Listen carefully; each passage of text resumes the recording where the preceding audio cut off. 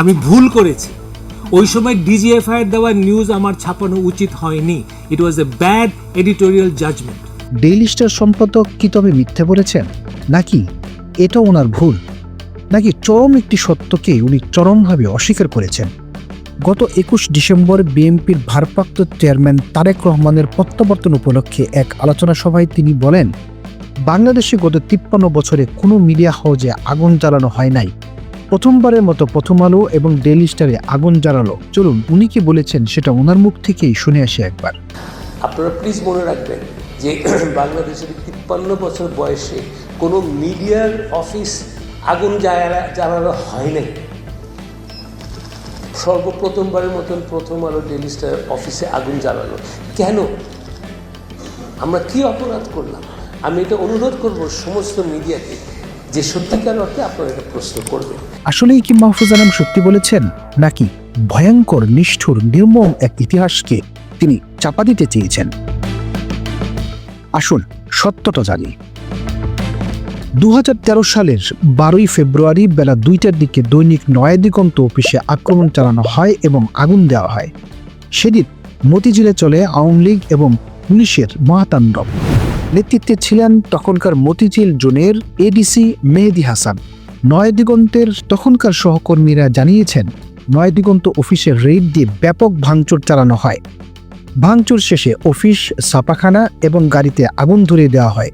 কর্মচারীদের মারধর করা হয়। অগ্নিসংযোগ এবং ভাঙচুরে বাধা দেওয়ায় নয়া দিগন্তের কর্মী মোশাররফ হোসেনকে গ্রেপ্তার করে জেলে পাঠানো হয়। 21 ডিসেম্বর ডেইলি স্টার সম্পাদক মাহফুজ আনামের এই মিথ্যা বক্তব্যের পর দৈনিক নয়া দিগন্তের নির্বাহী সম্পাদক মাসুমুর রহমান খলিলি তার ফেসবুক পেজে একটি স্ট্যাটাস দেন। সেখানে তিনি দুটি ছবি শেয়ার করে লেখেন, হোটেল ইডেন কমপ্লেক্সের দৈনিক নয়া দিগন্ত অফিসে অগ্নিসংযোগের সেই দুঃসময়ের ছবি। এখন অনেকেই দাবি করছেন পত্রিকা অফিসে অগ্নিসংযোগের ন্যাক্কারজনক ঘটনা গত 150 বছরের ইতিহাসে প্রথম। অথচ 2013 সালে 12 ফেব্রুয়ারি বেলা 2:13 ছবি এটি। এতে নয়া দিগন্তের তদানীন্তন নির্বাহী সম্পাদক সালাউদ্দিন বাবর ও বার্তা সম্পাদক আজম মীরের নেতৃত্বে দিগন্ত কর্মীদের আগুন নেভাতে দেখা যাচ্ছে। দ্বিতীয় ছবিতে দিগন্ত প্রেস থেকে অগ্নিদগ্ধ কাগজের রোল বের করা হচ্ছে।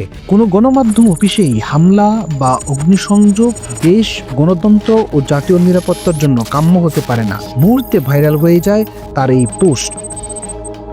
সত্য এখানেই শেষ নয়। 31 অক্টোবর 2014 কারওয়ান বাজারস্থ দৈনিক আমার দেশ পত্রিকার অফিসে ভয়াবহ আগুন লাগে। রহস্যজনক সেই আগুনে দেশের 3টি জনপ্রিয় গণমাধ্যম আক্রান্ত হয়, দৈনিক আমার দেশ, এনটিভি এবং আরটিভি। সেদিনের 31 অক্টোবর 2014 সালের বিবিসির অনলাইনে শিরোনাম ছিল এরকম, ঢাকায় আমার দেশ অফিসে আগুন, 2টি চ্যানেলের সম্প্রচার বন্ধ। খবরটির ভিতরে উল্লেখ করা হয়, আমার দেশ অফিসের গোডাউন থেকে অগ্নিকাণ্ডের সূত্রপাত হতে পারে বলে ধারণা করেছেন ফায়ার সার্ভিসের কর্মকর্তারা। তবে ঠিক কী কারণে আগুন লেগেছে তা জানাতে পারেনি ফায়ার সার্ভিস।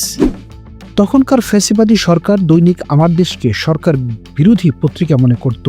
এই ঘটনার পর বন্ধ হয়ে যায় পাঠকপ্রিয় দৈনিক আমার দেশ। বলা বাহুল্য, দৈনিক আমার দেশ পত্রিকার সম্পাদক ডক্টর মাহমুদুর রহমানের উপর আগে থেকে চলছিল হামলা, মামলা এবং গ্রেপ্তার। পরবর্তী পর্বে মজলুম এই সম্পাদককে নিয়ে থাকবে আমাদের বিশেষ একটি প্রতিবেদন।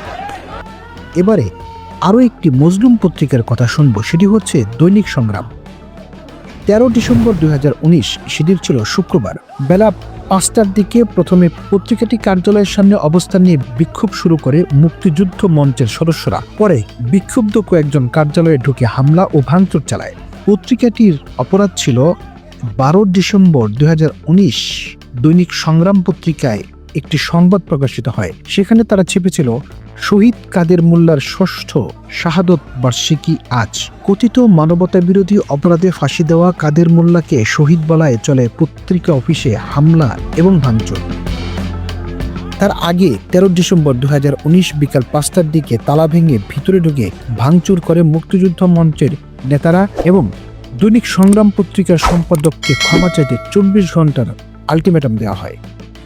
শুধু তাই নয়, মানবতা বিরোধী অপরাধে ফাঁসির দণ্ড কার্যকর হওয়া কাদের মোল্লাকে শহীদ আখ্যা দিয়ে সংবাদ প্রকাশ করায় ওই দিন দৈনিক সংগ্রাম পত্রিকার কার্যালয়ে হামলা ও ভাঙচুর চালিয়ে সম্পাদককে পুলিশে সুপর্দ করে মুক্তিযুদ্ধ মঞ্চের সদস্যরা। পরে পুলিশ বয়োজ্যেষ্ঠ এই সম্পাদক আবুল আসাদকে জিজ্ঞাসাবাদের জন্য হাতিরঝিল থানায় নিয়ে যায়। আর সে সময় পত্রিকাটির উপরও নেমে আসে স্বৈরাচারের কালো ছায়া।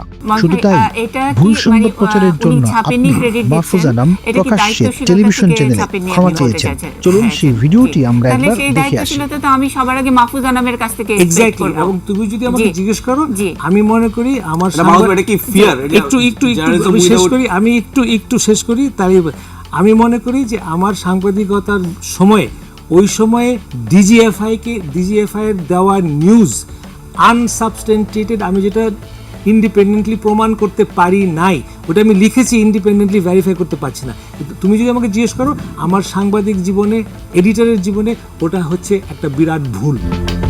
আমি ভুল করেছি। ওই সময় ডিজিএফআই এর দেওয়া নিউজ আমার ছাপানো উচিত হয়নি। It was a bad editorial judgement. আমি অপকটে স্বীকার করি।